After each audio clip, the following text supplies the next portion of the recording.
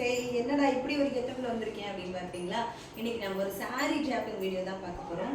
வீடியோக்குள்ள போலாம். இன்னைக்கு நம்ம சாரி ப்ரீ ப்ளீட்டிங்லாம் பண்ணல. ப்ரீ ப்ளீட் பண்ணாத சாரியை நம்ம ஈஸியாக எப்படி வியர் பண்ணுறது அப்படின்றது தான் பார்க்க போகிறோம். வெறும் 3 பின் போதுங்க. அங்கே நிறைய பின் பண்ணி செக்யூர் பண்ண வேண்டிய அவசியமே இல்லை.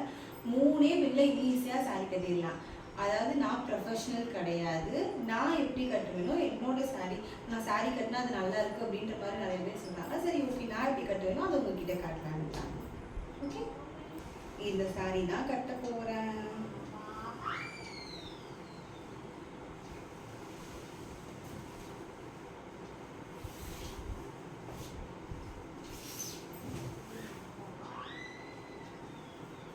நான் எப்பயுமே வந்து எனக்கு இது நிற்கணும் அப்படின்றதுக்காக இந்த முடிச்சு போட்டு கட்டுற பழக்கம் எனக்கு இருக்குது. யார் யாருக்கெல்லாம் இந்த பழக்கம் இருக்கோ அவங்கள கமெண்ட்டில் சொல்லுங்கள். ஏன்னா எனக்கு இந்த பழக்கம் இருக்குது.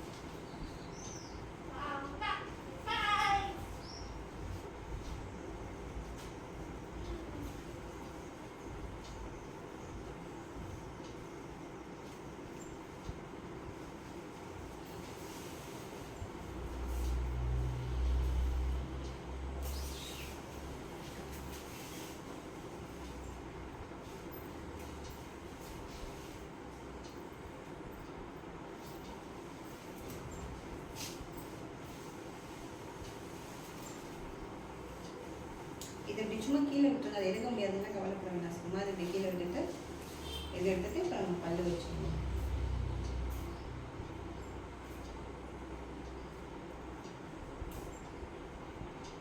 இப்போ வந்து இந்த மாதிரி அரேஞ்ச் பண்ணியிருக்கா. சும்மா இது ஒரு இதுக்காக இந்த மாதிரி நம்ம எடுத்துட்டு நம்ம எடுக்கும் போது மட்டும்தான் நான் அலைன் பண்ணுவேன். சும்மா ஃபஸ்ட்டே வந்து கரெக்டாக ப்ராப்பரான அளவெல்லாம் எடுக்க மாட்டேன். நம்ம இப்படி எடுக்கணும்ல, இப்படி எடுக்கும் போது மட்டும்தான் நான் அது கரெக்டாக இருக்கும். நமக்கு ஃப்ரண்ட்டில் எவ்வளோ வேணுமோ அவ்வளோ வச்சுட்டு உள்ளுக்குள்ள எவ்வளோ ப்ளீட் வேணுனாலும் நீங்கள் எடுத்துக்கலாம். அது உங்களோட சாமர்த்தியம் தான்.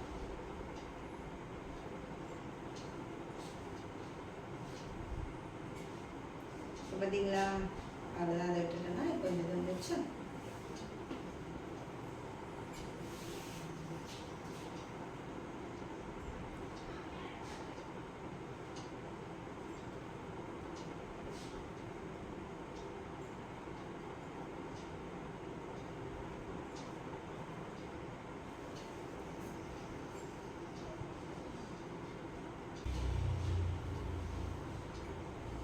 இது வந்து ஃபர்ஸ்ட் பின். இங்க பின் பண்றது தான் ஃபர்ஸ்ட் பின்.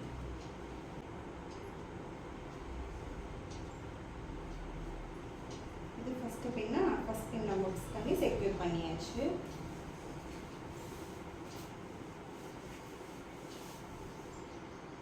இப்போ நம்ம எடுத்த மடிப்பெல்லாம் அப்படியே இதுலயே வச்சு ஆல்ரெடி அப்படியே மடிப்பு விழுந்துரும். அதை எடுத்து அலைன் மட்டும் பண்ணிக்கோங்க கரெக்டா.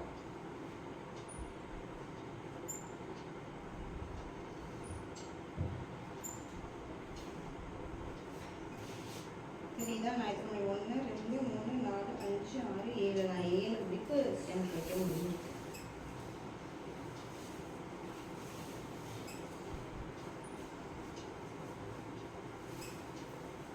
இப்போ நமக்கு எல்லாம் இப்போ குழந்தை இருக்கிறவங்களுக்குலாம் என்ன வேணும்னா பெல்லி வந்துடும். ஸோ அந்த பெல்லி இருக்கிறவங்க வந்து நீங்கள் நார்மலாக வந்து கட்டினீங்க அப்படின்னா அது ரொம்ப வயிறு பெருசாக இதாக இருக்கிற மாதிரி தெரியும். லோ ஹிப் கட்டுறதுமே எனக்கெல்லாம் பிடிக்காது. ஸோ நான் லோ ஹிப் கட்ட மாட்டேன். நான் இங்கே தான் ஹிப்கட்டே வந்து நான் என்னோட ஹிப்பை கொஞ்சம் வயிற்றில் மேலே ஏற்றி தான் கட்டுவேன். நீங்கள் என்ன பண்ணுறீங்கன்னா இதை இந்த மாதிரி எடுத்து இப்படி சைடாக செக்யூர் பண்ணிக்கோங்க. இந்த மாதிரி ஒரு இப்படி இருக்கணும். அந்த மாதிரி இருந்து நீங்கள் இப்படி கீழே ஒரு பின் பண்ணிக்கோங்க. இது வந்து செகண்ட் பின்.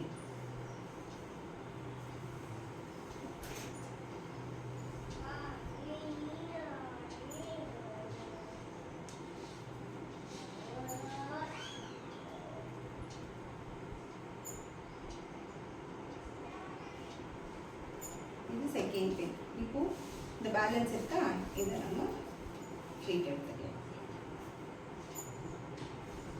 இந்த எண்டில் இருந்தே எடுங்க. நீங்கள் அப்புறமா வந்து அட்ஜஸ்ட் பண்ணுறதுக்காக கிளாத் விட்டுக்கலாம். நான் அப்படி தான் எடுப்பேன்.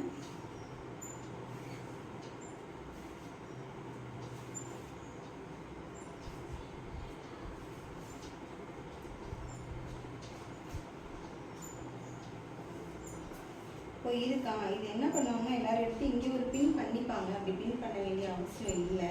நம்ம இப்போ இங்கே கொஞ்சம் துணி விட்டுறலாம். இங்கே ஃபஸ்ட்டு எடுத்தோம்ல இந்த ப்ளீட்டையும் விட்டுடலாம். விட்டுட்டு இந்த எக்ஸ்ட்ரா துணிலாம் இருக்கா இதெல்லாம் அப்படியே விட்டுட்டு நீங்கள் ஃபஸ்ட்டு செக்யூர் பண்ணிக்கோங்க. இங்கே ஒரு பின் பண்ணி வச்சுக்கணும் அப்படின்லாம் அவசியம்லாம் கிடையாது. அது அப்படியே நிற்கும். No issue. ஓகே, நீங்கள் இதை இப்படியே விட்டுட்டு உள்ளே சொல்லிட்டு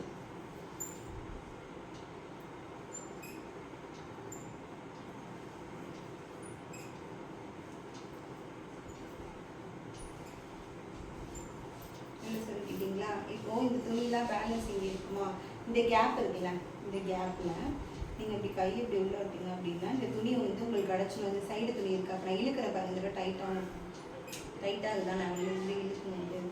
ஸோ இதை நல்லா இழுத்து சும்மா ஒரு சுற்றி அதை அப்படி உங்கள் இன்ஸ்கர்ட்டோடு சொருகிப்போம். அவ்வளோதான். இப்போ இந்த பேலன்ஸ் துணி இருக்கா, இந்த பேலன்ஸ் துணியை இங்கேயே நீங்கள் சொல்கிறதுனால சொல்லலாம். நிறைய பேர் வந்து என்ன பண்ணுவாங்க, இங்கேயே சொல்லுவாங்க. சில பேர் இப்படி எடுத்து இப்படி சொத்தி இந்த சைடில் சொல்லுவாங்க. நீங்கள் எங்கே சொல்லுங்கனாலும் சரி, உங்கள் இஷ்டம் தான். உங்களுக்கு எப்படி கன்வீனியண்ட்டாக இருக்கும் நீங்கள் அந்த மாதிரி எடுத்து சொல்லுங்கள்.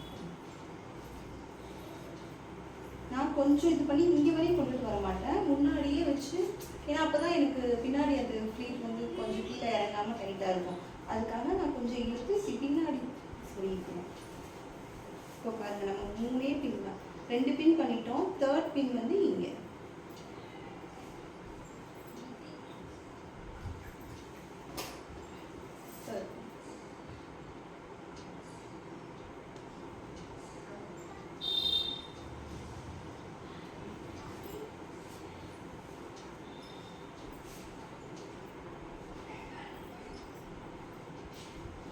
அந்த டிஷர்ட்டில் போட்டதுனால ஒரு பைத்தியக்காரி மாதிரி பண்ணலாம். ஒரு நிமிஷம் நான் ப்ளவுஸ் சேஞ்ச் பண்ணிவிட்டு உங்களுக்கு வந்து எப்படி காட்டுறேன். அவ்வளோதான், நம்ம ஃபுல்லாக இப்போ ப்ளவுஸ் மாற்றிட்டு வந்து இதுதான் ஃபைனல் அவுட்புட். எப்படி இருக்கு சைட்லாம். இப்போ நம்ம இங்கெல்லாம் எடுத்து பின் பண்ணவே இல்லை, பட் ஆட்டோமேட்டிக்காக அந்த ஃப்ளீட்லாம் விழுந்துருக்கா.